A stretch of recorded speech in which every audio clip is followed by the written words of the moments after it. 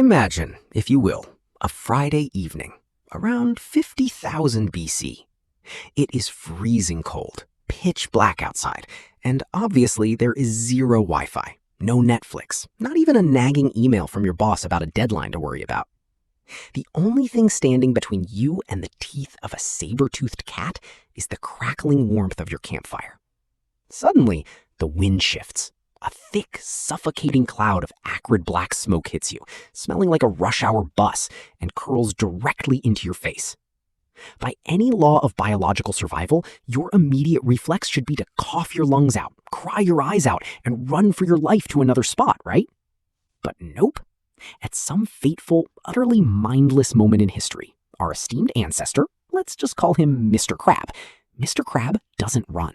He looks straight at that suffocating smoke, takes a massive, deep breath of it, lets his eyes go wide, and then a slow smile spreads across his ash-stained face.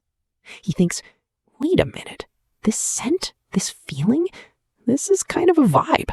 What if I did this on purpose, with some serious investment? And just like that, let's give a round of applause to our Mr. Crab.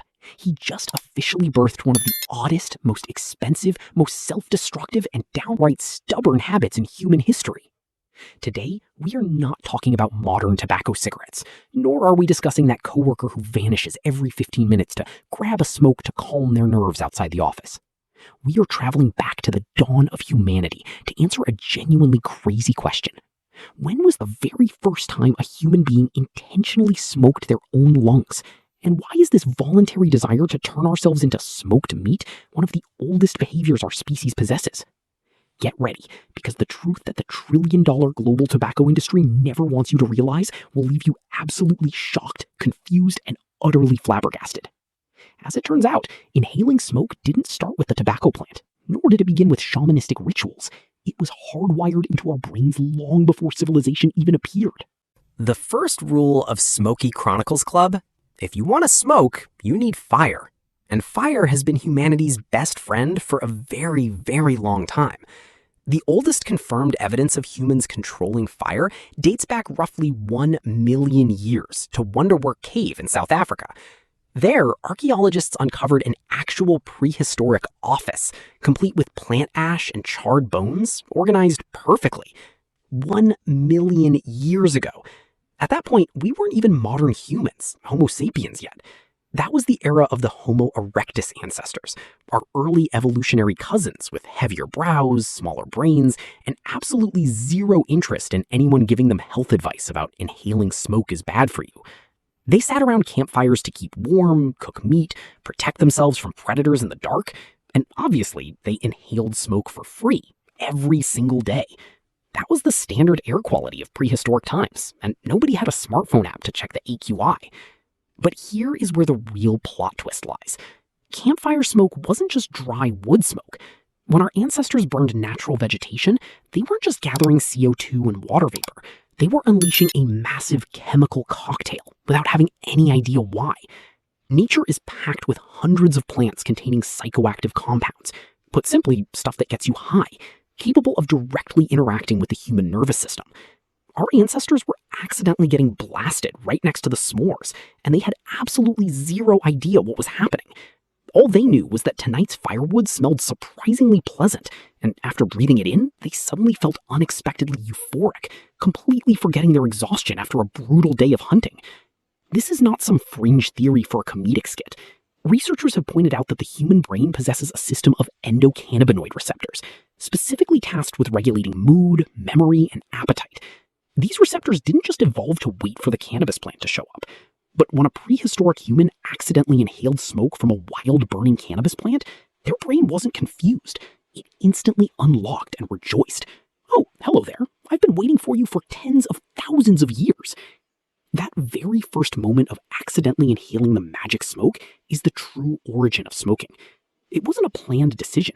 It was a highly pleasant accident repeated countless times until some prehistoric genius finally figured out, next time I need to find this specific bush to burn. Think about that for a second. Entire mystical shamanic rituals, ancient medical remedies, and even the trillion-dollar industry today All of it may have started because a tired hunter sat downwind of the wrong bush and had an unexpectedly fantastic evening. History is sometimes written by the most absurdly ridiculous accidents imaginable. However, there is a massive gap between accidentally inhaling smoke around a fire and deliberately cultivating plants to smoke. What does the actual archaeology tell us? The oldest direct physical evidence of humans intentionally using psychoactive substances comes from the Pamir Mountains in Central Asia, dating to roughly 500 BC.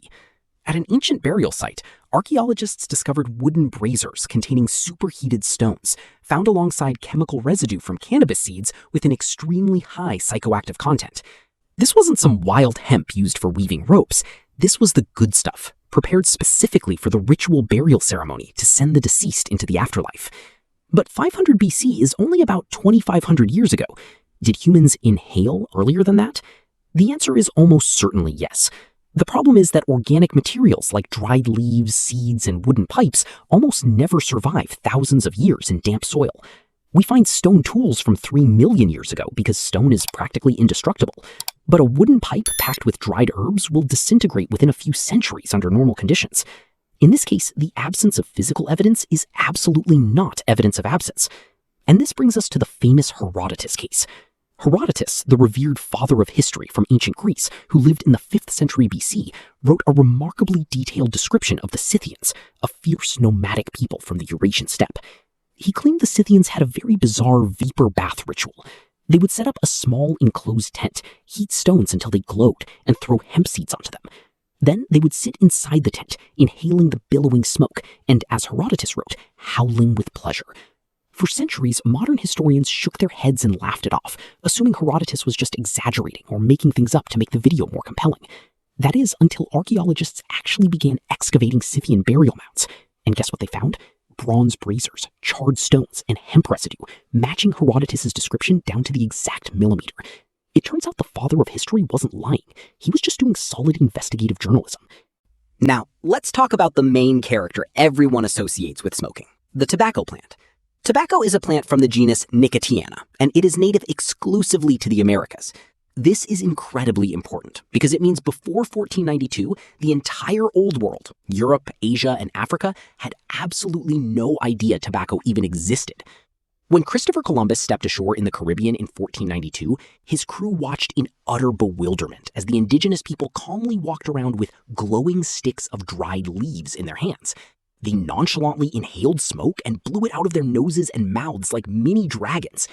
The crew was baffled, but within a few weeks, they tried it themselves. Because of course they did.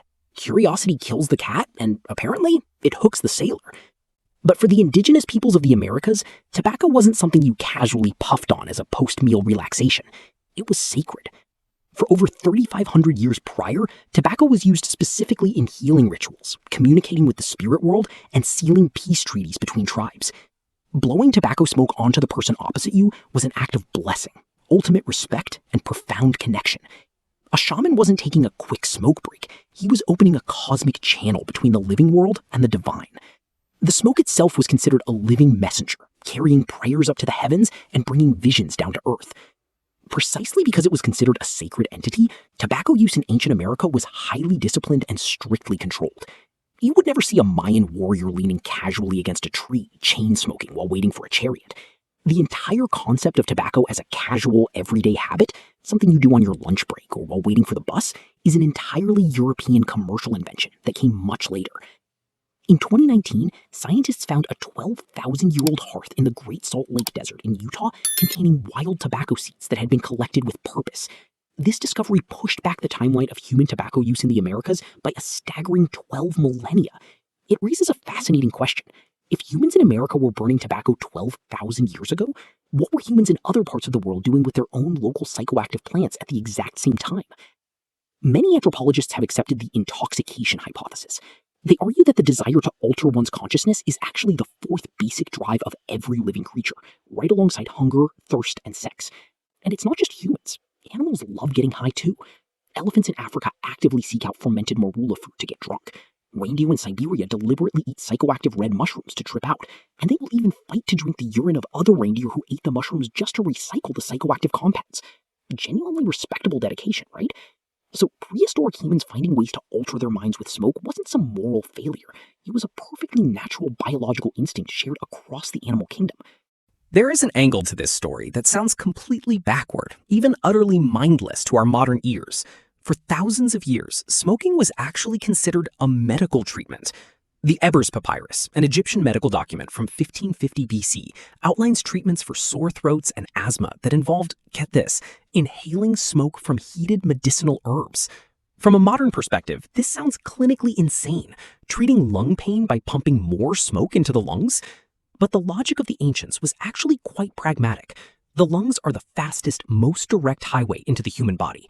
And as it turns out, the herbs they used, like henbane, actually contain pharmacological compounds that act as bronchodilators when burned. They were just thousands of years ahead of their time regarding drug delivery mechanisms. They just hadn't invented vape filters yet. Ayurvedic medicine in India, dating back over 3,000 years, featured a practice called Dhumapana, which literally translates to smoke drinking. Patients would inhale herb-infused smoke prepared specifically through long pipes to treat sinus congestion and headaches. From China and Mesopotamia to ancient Greece, therapeutic fumigation was a highly respected medical protocol. In a world before antibiotics, a treatment that worked sometimes was an absolute miracle. Furthermore, smoke acted as the ultimate social glue. Humans evolved through collective power. Highly cohesive groups survived, while isolated individuals perished. Sitting together in a tight, enclosed space, passing around a shared smoke circle, and collectively entering an altered state of mind, that was the ultimate social technology of prehistoric times. It forged unbreakable trust among warriors before they marched into life-or-death situations. The ritual smoke circle wasn't some reckless party, it was survival infrastructure. Yet, the transition from sacred, communal smoke to a casual mass-market habit turned out to be one of the greatest tragedies of modern history. When tobacco fell into the hands of European industrialists in the 16th century, it spread like a pandemic wildfire. Within a few centuries, a deeply revered ritual was stripped of its sanctity, packed into mass-produced cigarettes, pumped with hundreds of toxic chemicals to maximize addiction, marketed to children, and defended by corporate executives who buried cancer data for decades. The moral chasm between a Mayan shaman in 500 BC and a tobacco CEO in 1960 is one of the widest in human history. So when exactly did ancient humans start smoking? We don't have an exact calendar date, and we probably never will. The physical evidence confidently takes us back 12,000 years, but the behavioral drive likely began the moment we mastered our very first fire a million years ago.